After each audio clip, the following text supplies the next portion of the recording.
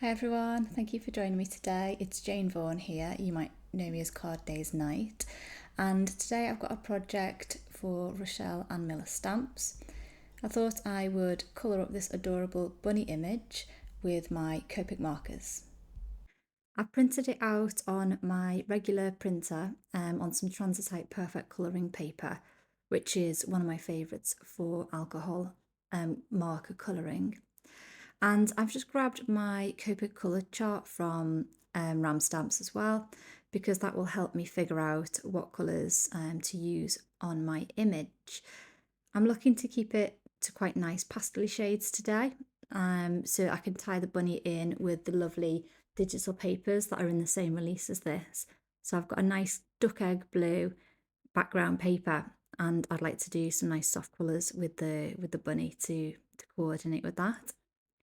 So I'm starting out here with my E35 Copic marker, and I'm going into the places on the image where you would expect to see most shadows if this image was 3D and in real life. So I am concentrating on the areas towards the back of the head, assuming that the sun is coming in from the front and the bunny is kind of cycling towards a light source. So the darker areas would obviously be towards the back. So I'm starting out there, and then I am blending it out with an E33 marker, which is slightly lighter than the E35. And to get a nice smooth blend, what you need to do is just make sure that you've got a bit of overlap between one shade and the next shade along. So however you want to do that, whether you kind of flick the colour outwards, whether you just go over the lines, smudge them together, whatever works for you is absolutely fine. But what you want to do is make sure that you do have that bit of overlap, and that creates the kind of in-between colour between your dark and your mid-tone, or your mid-tone and your lighter tone, that gets that nice blend. So after my E33, I've moved into, I think it's E51. That's a lighter shade than I would normally go to after the E33, but the colours that I would normally reach for need refilling, and I think today I was feeling a bit lazy and I didn't want to take the time to refill those markers. So instead, what you've seen me doing is the tip to tip technique. So if you press the top of your lighter shade just into the top of the slightly darker shade of your Copic markers, some of that darker colour will transfer onto the tip of the lighter marker. And then when you apply that colour to the page, it will go on slightly darker, and it will help you just get that more effortless blend. So I've done that for the transition from the E33 to the E51, and then I've moved just into E51 on its own, on the lightest part of the bunny's face, which would be facing the sun.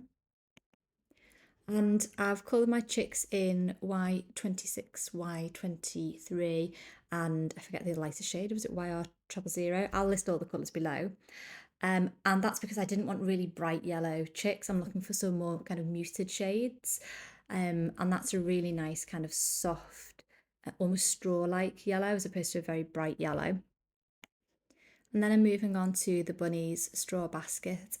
And when you've got a round object to colour with Copic markers, I find a good way to give it that round spherical look is to make sure that you're not blending so that all of your colouring stops in a straight line. You want to try and kind of curve it around a little, so that it's maybe your lines are slightly longer on the top and then they come in a little bit towards the sides and then they go longer again towards the bottom, so you've got that arch on both sides, and that just helps give the impression of a rounder object. Now I've picked some nice blue-green colours to colour my image to go with the background. The problem is my darkest blue-green marker seems to be a little bit too juicy. So what I'm doing is I'm just trying to get the excess colour off onto my sheet of paper before I apply it to the image, because the last thing I want is for it to kind of blob out onto my image. But guess what happens? Exactly that, what I was trying to avoid. So at this point, I'm thinking, do I start again? Or do I try and rescue this somehow? And I decided that, no, you know what, I've spent too long colouring the image so far and I actually really like how it's looking. I'm not going to scrap this, I'm going to try and save it. So this is top tip, how to save your images when your Copic marker has blobbed on them. The first thing that I've done is try to get up any excess ink with a dry piece of tissue. The next thing that I've done is gone in with my colourless blender and just gone over the whole area to just try and get rid of as much of that colour as I possibly can. So I'm going to give that a little minute to dry and carry on colouring my bike frame in the rest of the blue-green colours. And then I'm going to come back to that area with my heat gun because I'm a little bit impatient and I don't want to wait for ages for it to dry on its own. So I'm just putting that on the lowest setting to make sure that I'm not warping my image. And I'm just taking the worst out of it there with the heat gun. So step 3 of removing the excess Copic marker is to grab my Gelly Roll pen. I use a number 8 Gelly Roll pen. I actually find these are much better than other white gel pens, which can clog up a little bit and not go on particularly evenly. So this is the one that I use all the time. So all I'm doing is I'm tracing around the edges of the bike frame so that any background area is now white. And that's actually hidden most of that mistake. But really all I need to do is make sure that I've got rid of enough of that colour that when I fussy cut it later, it's not going to stick out like a sore thumb.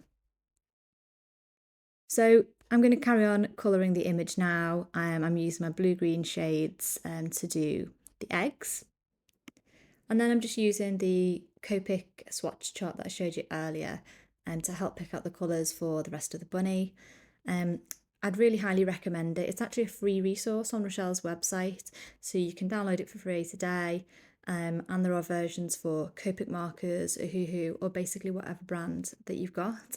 And it's probably one of the most helpful things that I've ever done in my craft room is to swatch out all of my my markers and my inks, so they're a really good visual resource there.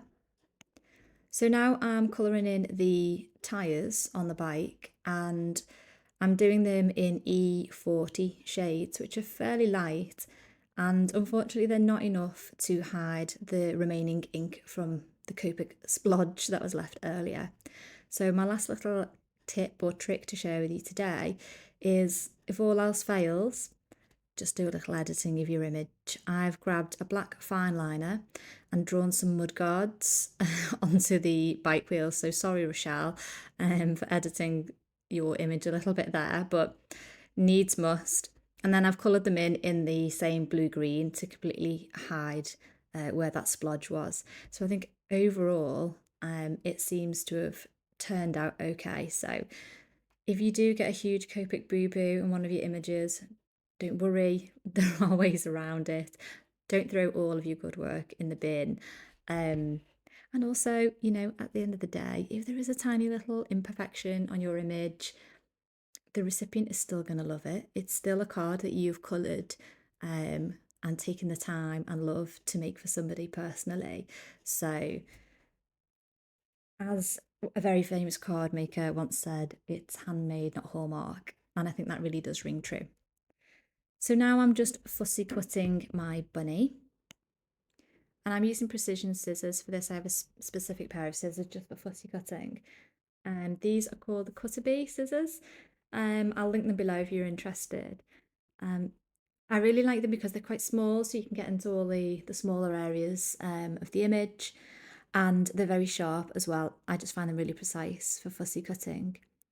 And if you're not comfortable with fussy cutting, the top tips I would give you really are to just take your time, and also when you're cutting around the image, move the image rather than the scissors, and that really helps to get a more kind of precise line around your image. So to finish off, I have grabbed my trusty Gelly Roll pen again, and I'm just adding some white highlights in the areas where there would be shadows. So to add my highlights, I tend to do one long line followed by two small dots at the bottom.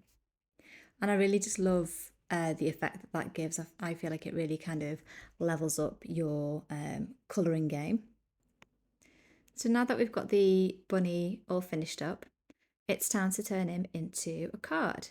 And with Easter just around the corner, I've decided to make this into an Easter card for my niece.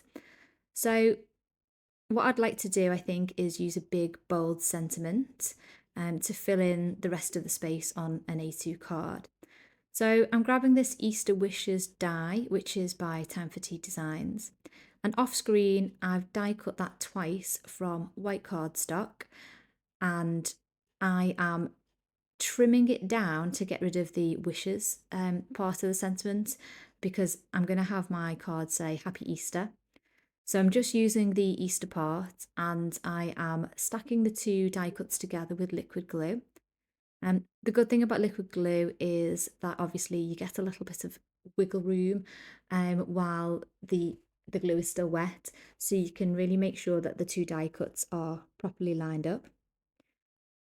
And then I'm going to take my stamp set from Mama Elephant. It's quite an old stamp set because, to be honest, I don't really make that many Easter cards, so I don't have that many Easter stamps to choose from.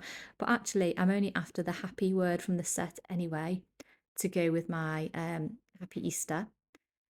So I've grabbed some peacock cardstock from Concord and Ninth. I really, really love that shade of blue-green. And I have just dusted it with some anti-static powder. And then I have heat embossed the word happy with my Wow Bright White Superfine embossing powder, which I find is the best powder bar none for doing white sentiments. And I'm now trimming that down using my mini trimmer and the same scissors that I used earlier for the fussy cutting. I don't know about you, but I am such a perfectionist when it comes to things like that. If it's off by just a hair's breadth, I have to trim it down so it looks level. So the next thing I'm doing is grabbing my Pink and Main rectangle dies to cut out the A2 background. And I'm going to pop that onto an A2 card base with some tape runner.